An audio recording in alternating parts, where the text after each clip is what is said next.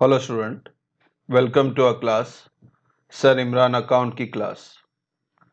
हमने retirement of partners का practical problem solve करना स्टार्ट किया है। इसके पहले हमने इंट्रोडक्शन बनाया। इसका इंट्रोडक्शन में रिटायरमेंट के बारे में डिटेल बताई गई है और आज जो हम प्रैक्टिकल प्रॉब्लम स्टार्ट कर रहे हैं वो है आपका क्वेश्चन नंबर 1, जो कि Maharashtra state board text book में पेज नंबर 183 पे है। एडमिशन और रिटायरमेंट दोनों ही सेम तरह के हैं, सिर्फ आपको यहाँ पे पार्टनर्स एक को कम करना है। एडमिशन में हम को एक को ऐड करते थे।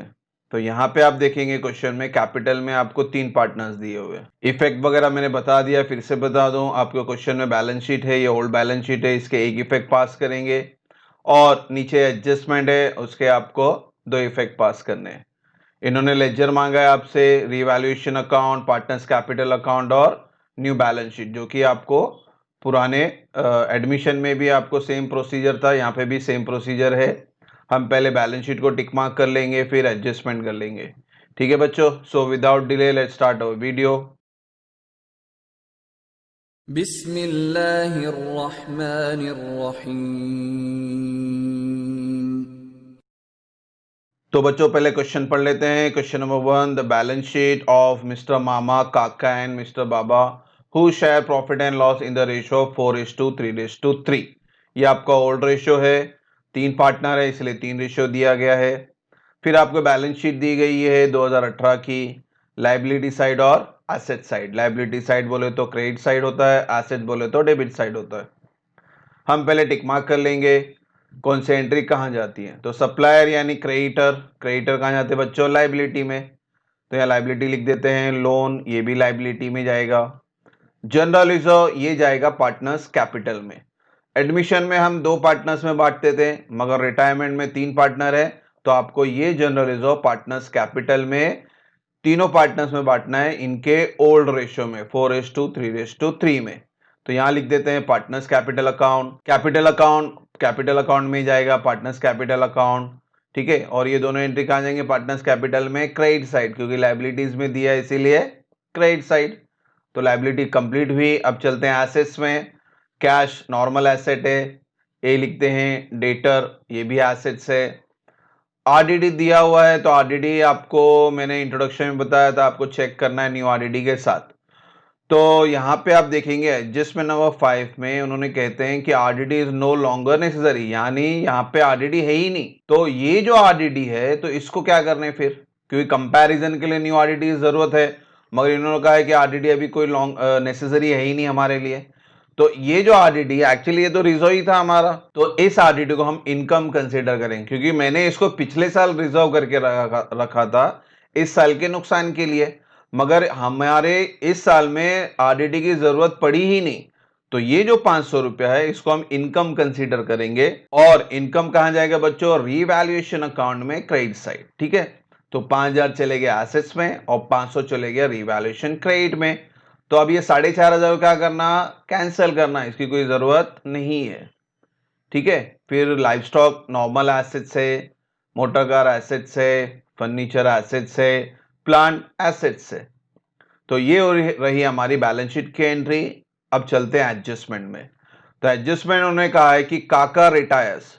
तो ये जो बंदा है हमारा काका, ये अभी फर्म को छोड़ के जा रहा है। तो फर्म को जब छोड़ के जाता है तो सबसे पहले तो यहाँ पे आपको बता दूं गुडविल की एंट्री हमेशा होती है, जो इंट्रोडक्शन में बताया था मैंने। तो पहला एडजस्टमेंट है वो गुडविल के बारे में ही है। The share of Kaka in goodwill of the firm is valued at 2700।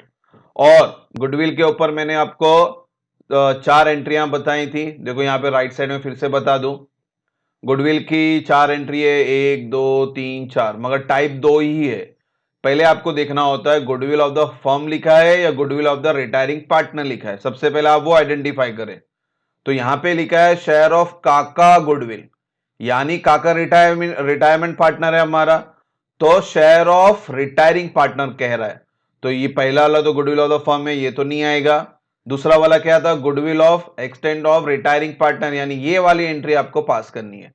अब रिटायरिंग पार्टनर का गुडविल के लिए भी दो टाइप है, ए और बी। तो रिटायरिंग पार्टनर के अंदर भी आपको गुडविल के दो टाइप है, एक नॉर्मल टाइप है जो सिर्फ रेस करके फुल स्टॉप हो जाता है, और दूसरे में रेस के साथ आपको रिटर्न ऑफ वर्ड ढूंढना होता है।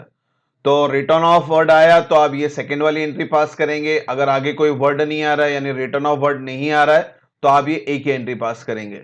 तो मेरे ख्याल से goodwill share of Kaka in goodwill is the firm is valued at 2700, यानी यहाँ पे कहीं भी रिटर्न ऑफ वर्ड नहीं आ रहा है। इसका मतलब है आपको ये पहली वाली एंट्री पास करनी है। पहली वाली एंट्री क्या है, goodwill to retiring partner capital, और रिटायरिंग पार्टनर का नाम क्या है, काका। तो यहाँ पे देखो वापस मैं जनरल एंट्री ऊपर लिख देता हूं यहाँ पे। तो एंट्री क्या बनी, goodwill account debit to Kaka capital 2700। तो ये एंट्री होगी आपकी गुडविल की। अब एडजस्टमेंट पढ़ लेते हैं। नंबर 2, फर्नीचर को डेप्रीशिएट करना है और मोटर कार को भी डेप्रीशिएट करना है यानी माइनस करना है। तो फिलहाल टिक मार्क कर लेते हैं हम लोग फर्नीचर के ऊपर और मोटर कार के ऊपर। डेप्रीशिएशन यानी माइनस करना है, ऐसे डिक्रीज हो रही है रिवैल्यूएशन में, इसका सेकेंड इफेक्ट डेबिट साइड जाएगा। थर्ड एडजस्टमेंट बोलता है life stock to be appreciate by 10% and plant to be appreciate by 20%।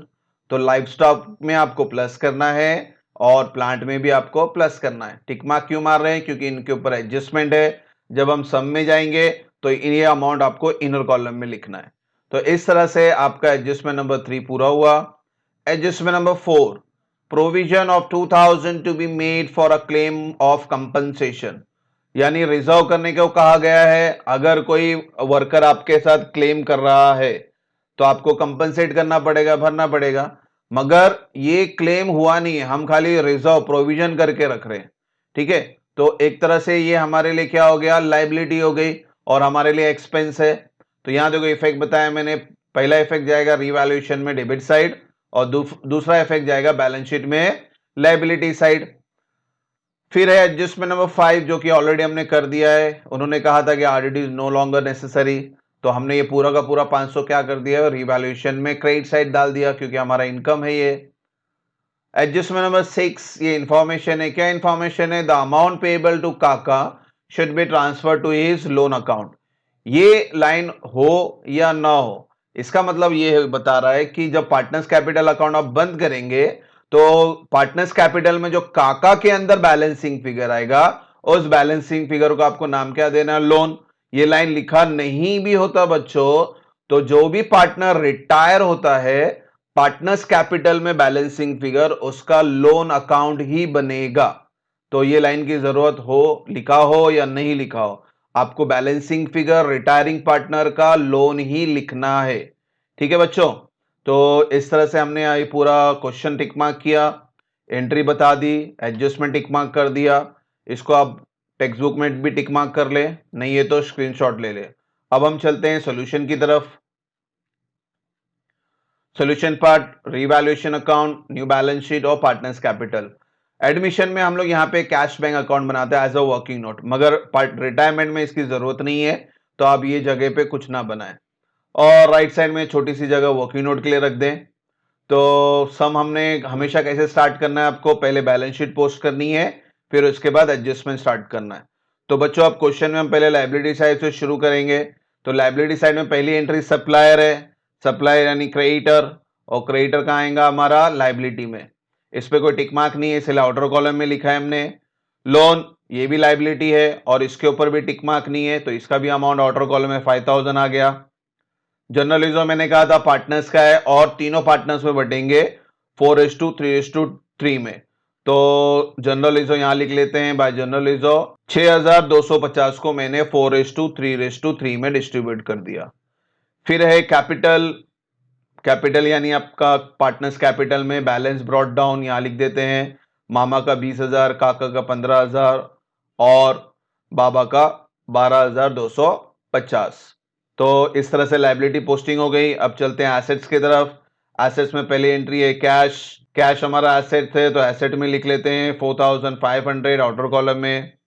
फिर डेटर, डेटर पे भी कोई टिक मार्क नहीं है तो डेटर भी आपका आउटर कॉलम में आ जाएगा 5,000। सो डेटर के बाद आरडीडी है तो आरडीडी जब एडजस्टमेंट आएगा तब लिखते हैं। फिलहाल उसके नीचे लाइफ स्टॉक, लाइफ स्टॉक के ऊपर टिक मार्क है तो 12,500 हम इनर कॉलम में लिखेंगे। फिर मोटर कार है, मोटर कार के ऊपर भी टिक मार्क है, उसका भी अमाउंट हम इनर कॉलम में लिखेंगे। फिर बाद में फर्नीचर है, फर्नीचर के ऊपर भी टिक मार्क है, तो उसका भी अमाउंट इनर कॉलम में लिखेंगे। प्लांट भी एसेट है और उस पर भी टिक मार्क है, तो उसका भी अमाउंट इनर कॉलम में लिखेंगे 22,500। तो इस तरह से बैलेंस शीट आपकी पूरी पोस्टिंग हो गई। जिस पे टिक मार्क किया था हमने उसको अंदर लिख दिया है, जिस पे टिक मार्क नहीं था उसका अमाउंट हमने बाहर लिख दिया है। अब चलते हैं एडजस्टमेंट नंबर 1 गुडविल के ऊपर था। गुडविल की जर्नल एंट्री बताई थी, देखो राइट साइड में यहाँ पे फिर से मैं बता दूं आपको journal entry. Goodwill account debit to Kaka capital. Goodwill cut, basically goodwill हम कट करते हैं अगर दो एंट्री आती है गुडविल की तो, मगर यहाँ पे सिंगल एंट्री है तो आपको गुडविल कट नहीं करना है, गुडविल की एंट्री पास करनी है। गुडविल अकाउंट डेबिट, और गुडविल की बच्चों जगह अब यहाँ पूरा नजर मारेंगे तो बैलेंस शीट एसेट्स में ही लिखते हैं हम लोग गुडविल। गुडविल क्योंकि हमारा इंटेंजिबल एसेट है, तो ये वाली एंट्री आपको यहाँ पे एसेट साइड में लिखनी है, गुडविल 2700।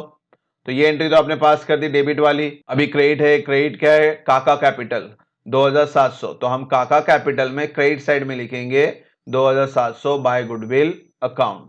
ठीक है, तो ये एंट्री होगी आपकी गुडविल की। अब चलते हैं एडजस्टमेंट नंबर 2 बोला था डेप्रीशिएट प्लांट बाय 10%, तो 10% यानी 10 कम कर देंगे, तो कितना आया 1750। तो यहां लिख लेते हैं लेस डेप्रीशिएशन 1750, दोनों को माइनस करके बाहर लिख देते हैं 15,750। 1750 आपका एसेट डिक्रीज हुआ है यानी नुकसान हुआ है। नुकसान कहां लिखते हैं हम लोग, रिवैल्यूएशन में डेबिट साइड, तो यहां लिखते हैं टू फर्नीचर अकाउंट 1750। इसके बाद नेक्स्ट एडजस्टमेंट है हमारा मोटर कार पे भी डेप्रीशिएशन है 12.5%, तो 4,000 का 12.5% आप डेप्रीशिएशन निकाला, ये कितना आ गया 500। 500 माइनस करके बाहर लिखते हैं 3,500। 500 अगेन एसेट डिक्रीज हो रहा है, तो रिवैल्यूएशन में debit side to motor car 500, तो दो इफेक्ट हो गए मोटर कार के। अब एडजस्टमेंट नंबर 3 लाइफ स्टॉक को उन्होंने कहा था अप्रिशिएट करो बाय 10%।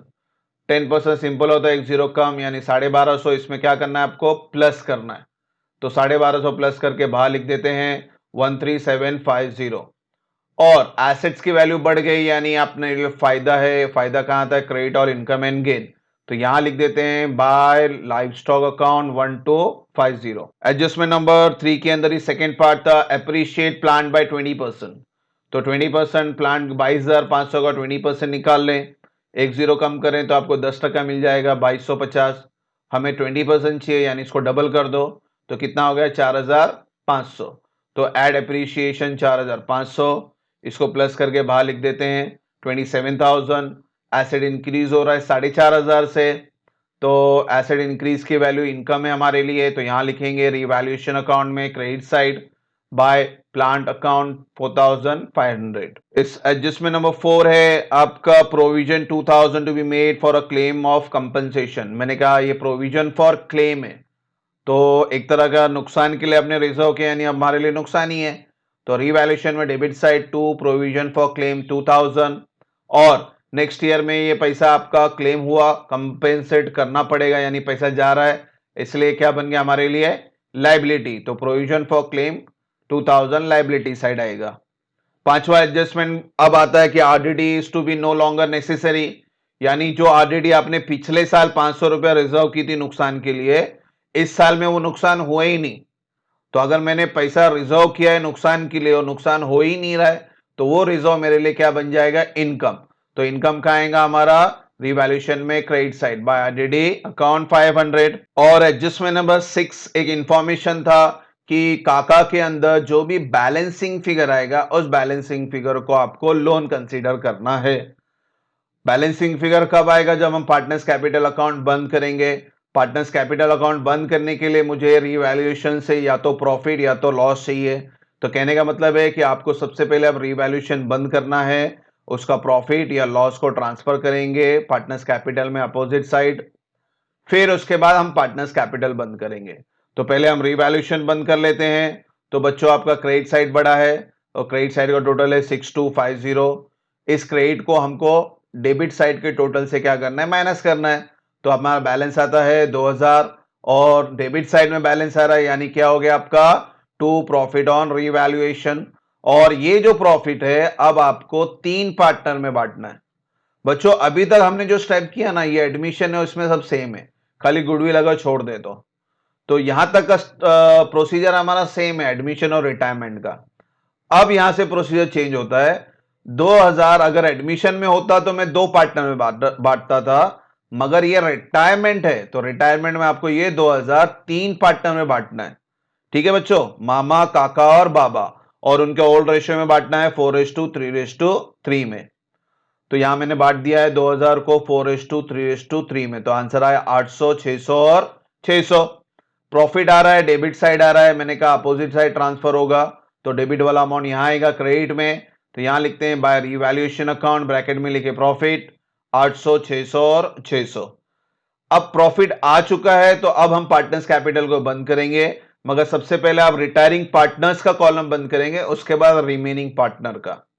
तो पहले काका का ऑब्वियसली तीनों का ऑब्वियसली क्रेडिट बढ़ा है क्योंकि डेबिट में कुछ भी नहीं है, तो क्रेडिट का टोटल पहले काका का यहां लिख लेते हैं 20,175, तो दोनों साइड लिख दिया मैंने, तो यानी यही आंसर आपको ऊपर लिखना है, बैलेंसिंग फिगर 20,175, और इसको नाम क्या बोलना है आपको हमेशा, लोन अकाउंट। ये भी बैलेंसिंग फिगर है, ब्रैकेट में लिखा है मैंने, तो ये बैलेंसिंग फिगर आ चुका है काका का। अब ये काका का जो बैलेंसिंग फिगर है ये हमारे लिए लोन है, तो लोन कहां जाएगा आपका, लाइबिलिटी। वैसे भी ट्रांसफर मैंने बोला अपोजिट साइड, डेबिट का बैलेंस कहां जाएगा, क्रेडिट, क्योंकि लाइबिलिटी क्रेडिट होती है, तो यहां क्रेडिट साइड लिख देते हैं हम लोग काका लोन अकाउंट 20,175, तो यहां से ये शिफ्ट हो गया यहां पे, और मैक्सिमम टाइम आपको बैलेंसिंग फिगर हमेशा डेबिट में आएगा, जो कि आपको यहां लाइबिलिटी में लिखना है as a retiring partner loan. अब काका का बैलेंस क्लोज कर दिया हमने, अब हमारे जो रिमेनिंग पार्टनर है उसको बंद कर लेते हैं। पहले मामा को देखते हैं, तो मामा का डेबिट बढ़ा है, इसका टोटल है 23,300, दोनों साइड लिखेंगे। फिर बैलेंसिंग फिगर डेबिट में माइनस करने के लिए कुछ भी नहीं है, यानी यही अमाउंट ऊपर आएगा, टू बैलेंस कैरिड डाउन 23,300, ये बैलेंसिंग फिगर है। इसी तरह से बाबा का बैलेंसिंग फिगर निकालेंगे, इसका क्रेडिट को हम तीनों को प्लस कर लेते हैं, 14,725 दोनों साइड लिखेंगे, और वापस से डेबिट में माइनस करने के लिए कुछ भी नहीं है, तो यही अमाउंट ऊपर आ जाएगा 14,725। ये आपका बैलेंस फिगर आया रिमेनिंग पार्टनर का, और ये बैलेंसिंग फिगर हमारा क्या है, कैपिटल है न्यू फर्म के लिए, तो यहां लिखेंगे हम लोग ये balancing figure, partners capital account Mama और बाबा 23,300 और 14,725। अब ये कैपिटल को प्लस करके मैंने बाहर लिख दिया 38,025 रुपीज। इस तरह से आपका पार्टनर्स के लोन में चले गए और कैपिटल में आ गया।